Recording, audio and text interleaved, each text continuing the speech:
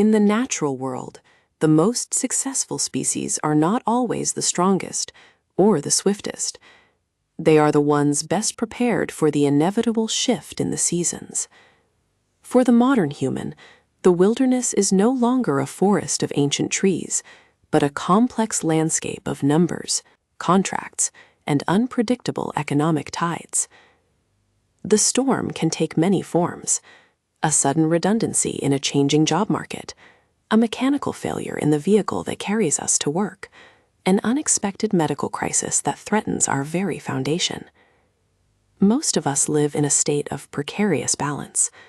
According to the Federal Reserve, a staggering number of households would struggle to cover a mere $400 emergency with cash. This is the edge of the precipice. To survive here, one needs a shield, a reservoir. One needs an emergency fund. But the question remains, how much is enough? The traditional rule of thumb, long whispered in the halls of financial wisdom, dictates a reserve of 3 to 6 months of essential living expenses. Note the distinction. This is not 3 months of your gross salary. It is the cost of survival: rent, utilities, food, insurance, debt obligations. This is the non-discretionary burden. It is the bare minimum required to keep the lights on when the income stream runs dry. However, the world has changed. The Great Recession of 2008 and the global upheaval of 2020 have taught us that the old rules may be too fragile. We are seeing a shift toward a more conservative architecture. Voices like Susie Orman now advocate for an 8 to 12-month cushion. Why? Because in a volatile economy, the job search cycle has elongated.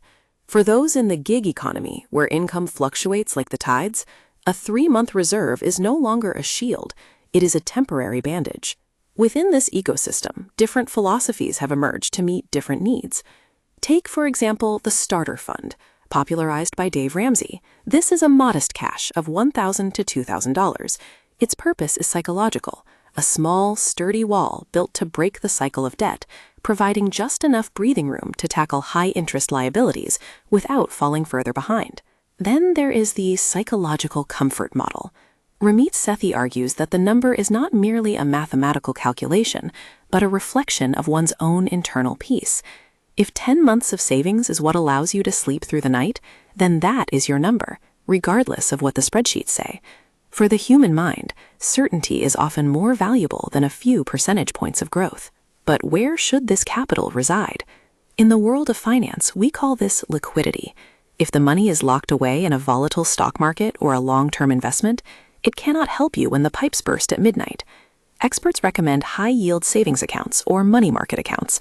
These are the modern-day grain silos, safe, accessible within a day or two, and offering a modest return that helps protect the value of your cash against the slow eroding rot of inflation.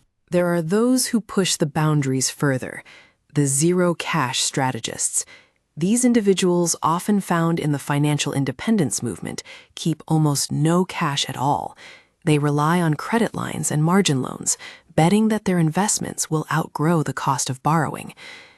It is a high-wire act, a gamble that the market will not crash at the exact moment the emergency strikes. For most of us, this is a risk too far. So, how do you determine your own survival number? Look closely at your life. If you have dependents, if you own a home, if your job is tied to the whims of a fickle industry, you must aim for the horizon.